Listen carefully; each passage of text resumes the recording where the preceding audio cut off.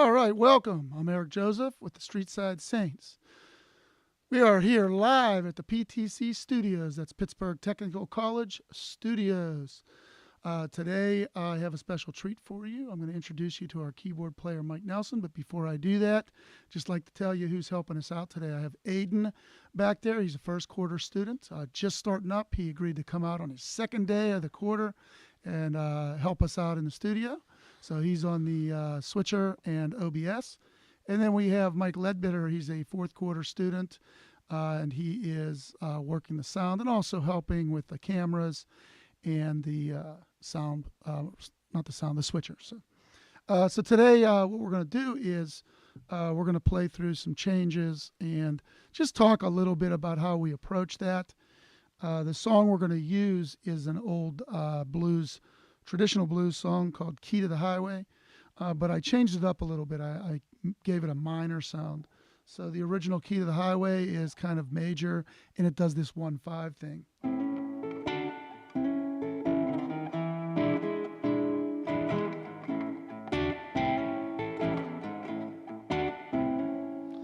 I changed that up a little bit. I'm doing it minor, and then I take and I do kind of a more progressive type of bridge with it. So I'm playing A minor, and that's the 1 chord, and then I go to the D7th for the 4 chord.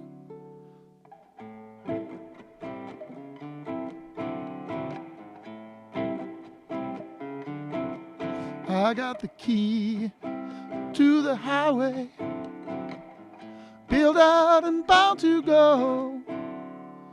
So that's how I play over those changes, and the singing goes with that.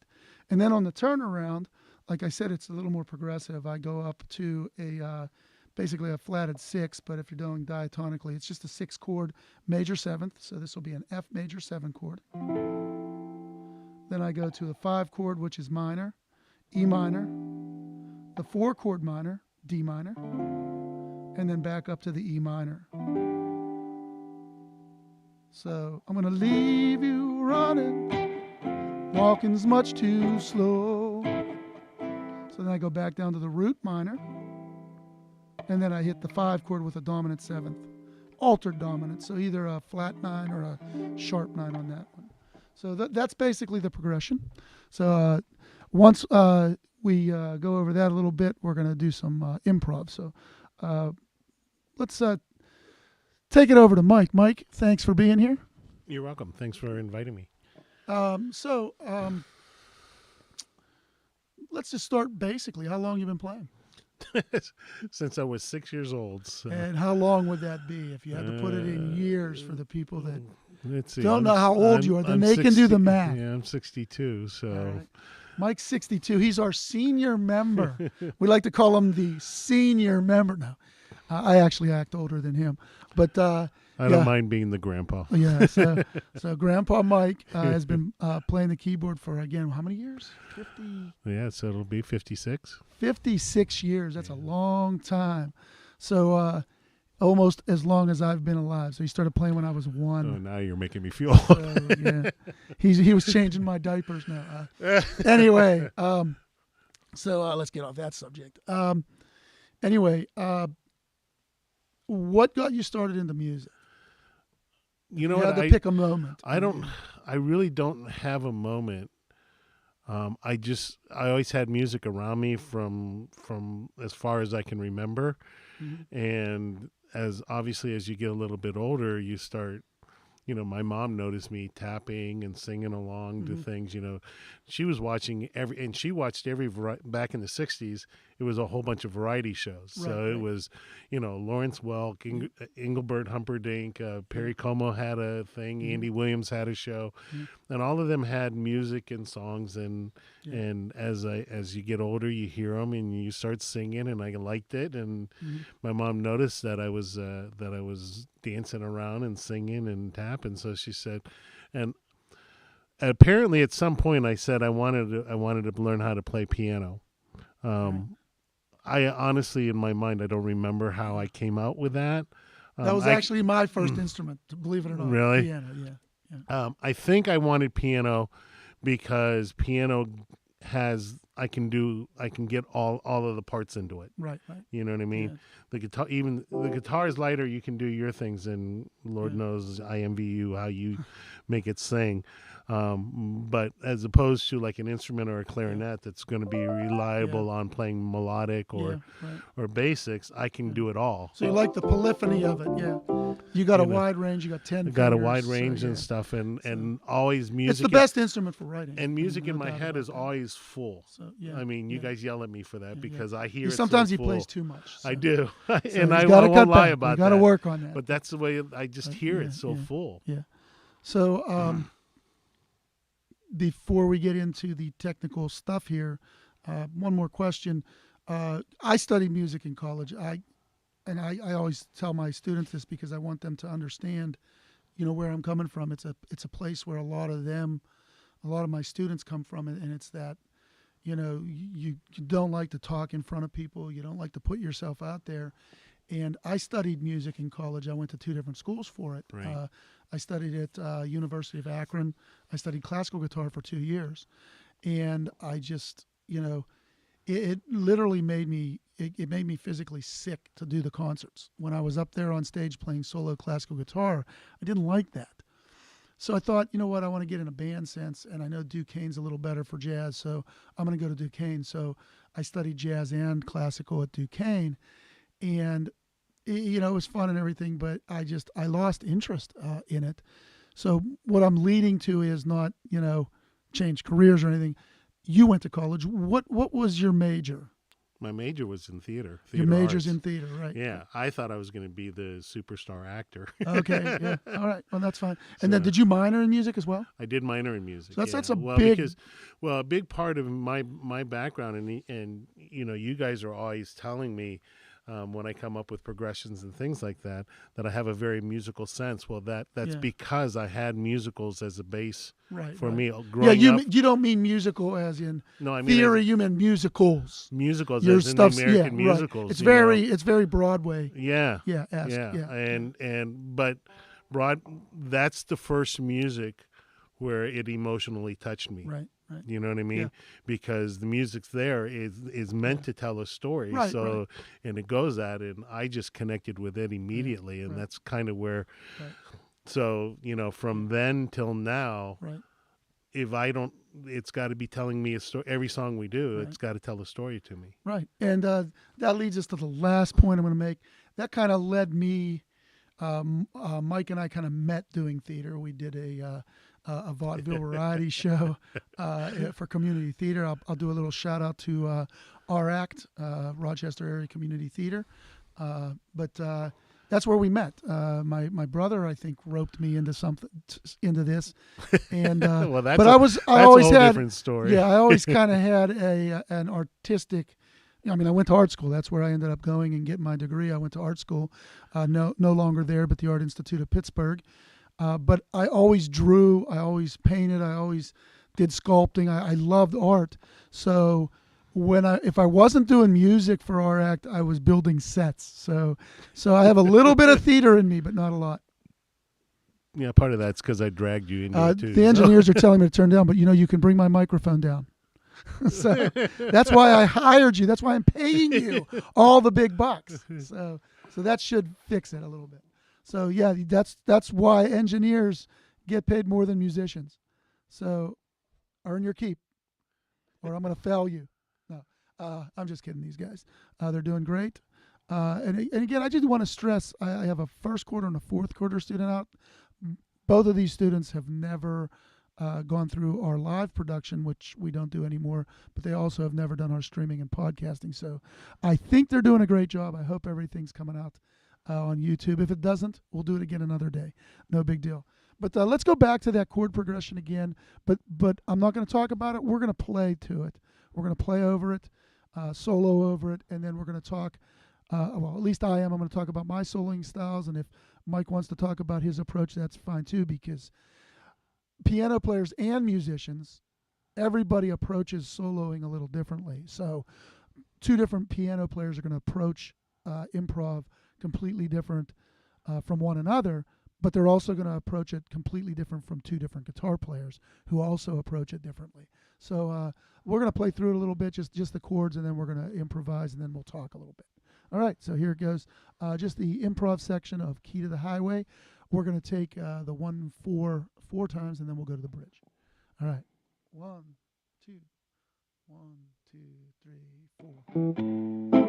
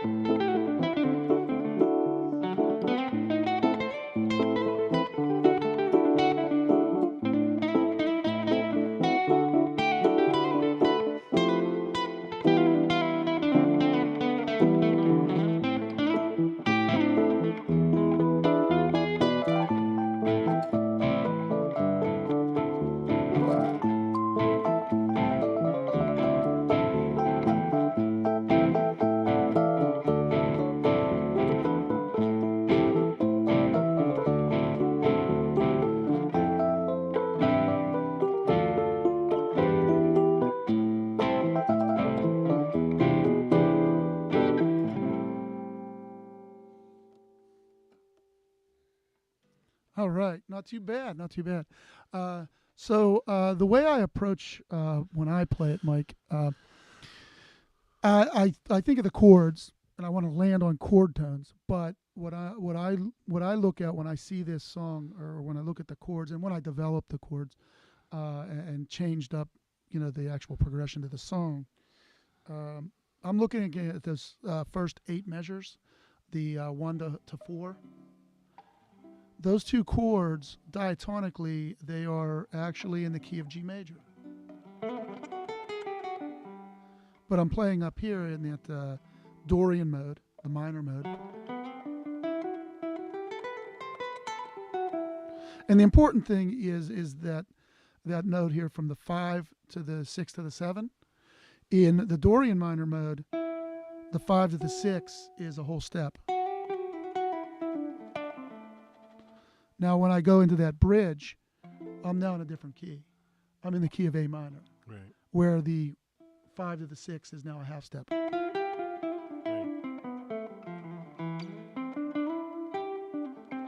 And then, of course, if we keep playing it longer, I go into like a straight pentatonic for guitar, or I do the blues. Right. But if I want to stay like kind of straight diatonic, I change keys there. I'm actually playing 2 different keys. Right. So I'm playing the key of G major and then in the key of C major. So what's your approach on that? So I will tell you, and you know this because I tell you this all the time. You have such a grasp of the changes of modes and chords and how this is actually in this key change and blah blah blah. That all makes my head explode. I tend, again, going back to my musical thing, I tend to go for the melodic sounds of it. So if I hear these chords of, A to D, where's what melody do I hear? So it's always about what's the song that I hear in it. Yeah.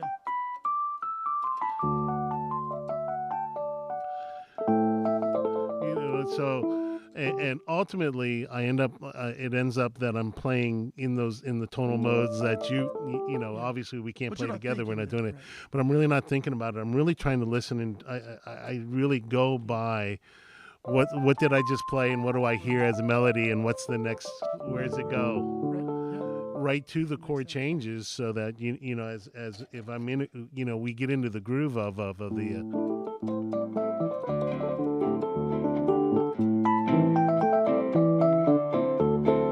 And then we go to the change.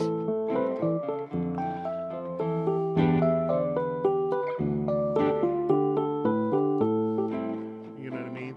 So it's all, for me, it's about if I understand where my chords are going, then I know what keys I can play and what notes are there to make whatever melody that I'm gonna So improvise. you're more like one chord at a time, Kind of, kind sort of, of yeah. like that. Yeah. Yeah, and I mean a lot of jazz players play like that too. Yeah. I mean, and I think the more you develop your ear, and the more any of us develop our ear, the more we can hear that. Yeah. Now, Victor Wooten, amazing bass player. And I've always played this way, but I never really thought of it, and I never really approached it that way on purpose. But he likes to play those notes that are outside the scales. Like so when we're doing. Yeah. Yeah. And then he emphasizes that note. Right. And I'm not going to claim I'm Victor Wooten by any means, but that approach that's where you get that dissonance, and that Yeah. that's where really a lot of the feeling comes. I mean, that's where the blue note is. It's not in the scale. And again, right. And this is where it's really weird. Two very different approaches to how to take a chord progression and take a song, but you kind of get the final thing. I'll use our song "Live It Up," or no, not "Live It Up." Your song, "Guess I Always Will." Oh yeah. Where we go to, and then we go to the D7th. On the D7th, you're doing that long. For whatever reason, melodically, I could hear the E out of that. Yeah. You know what I mean? Even though we're playing in the D. Because that's you hear it, and right. So it, when you hear the note, sometimes it is out of that key that you're in, and that tune changes keys 3 times. Yeah. Again, when we started out,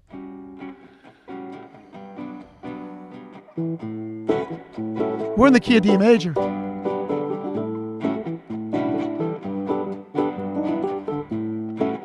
Then we go to the bridge or the turnaround.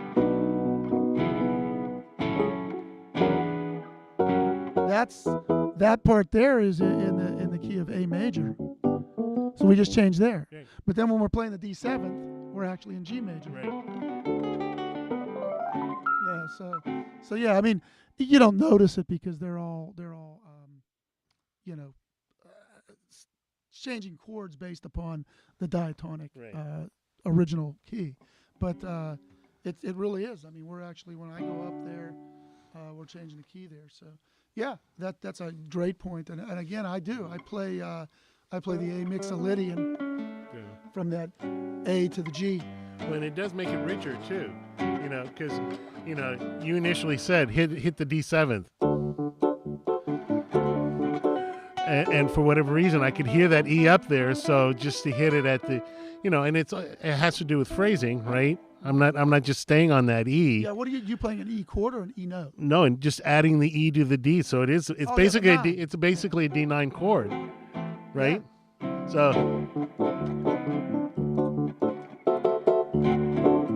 yeah, I like that. Yeah. So just add that little. It just adds texture. It adds texture to the sound. And really, I like what we all bring to the table, because that's a very long passage there on a D, and I think it's like 8 bars or something. Yeah. And right at the end of bar 4, we do that little walk up now. Yeah. Well, and honestly, the reason why I added that E was to kind of break it up a little bit, so that you're not just hearing. I got you. Yeah. Sounds nice. Yeah. And then And walk that's- and and then that's walk again- up into. That's again just taking different voices. Exactly. Yeah, and walking up. So that's cool, and that's what we kind of want. We don't want to just hang on the chord. The only reason I hang on the chord is I'm trying to sing that part. I can't think of other chords at that point, but no. We get it. We're like, I need something here, Mike. Yeah. Right. So no, that's great. But just to kind of wrap it up here, we'll play out that Key of the Highway one more time. Again, we'll take the chords, we'll do solos, and then we'll kind of wrap it up there. We'll kind of leave you with that song. All right. So thanks everybody for being here. I'm Eric Joseph of the StreetSide Saints, along with my dear friend and brother Michael Nelson, our keyboard player for the StreetSide Saints. Check us out when you can. Again, I hope everything went out to actually, you should YouTube. probably plug our live stream at Jay's. Are we doing a live stream? I don't know where that's going to be though. It's going to be on Jay's thing. So Right. It's going to be either on Jay Warhola's YouTube or 30 Years later. I'm not sure. Yeah. That's their. I think it's 30 years later. 30 Years Later is the name of the band. He's doing a party. There's going to be about 6 or 7 bands there, maybe more. We're going to be there. That's Saturday the 29th. Saturday the 29th. Saturday 29th and I think we're at at some the 6 point. o'clock slot. So if you're So what we'll try to in. do is we'll try to get a streaming share link up on our page, and that is thestreetsidesaints.com. But again, we're going to leave you with Key to the Highway. Once again, I want to thank Aiden and Michael for being our engineers. So thanks, guys. Hopefully, like I said, the audio went out, the video went out, and everybody's seeing everything. A little different format today. I'm hoping to have more guests in the future. I'm trying to do it once a week, but life comes at you fast. That sounds like a commercial. Anyway, sounds like a song. That sounds like a song. So again, thanks, Mike, for being here. Thanks for inviting me. And I guess tomorrow we have practice, so yeah, we'll get to hear what some of our songs sound like with my new guitar. We're here live at the PTC Studios, Pittsburgh Technical College. Thanks for being here, guys.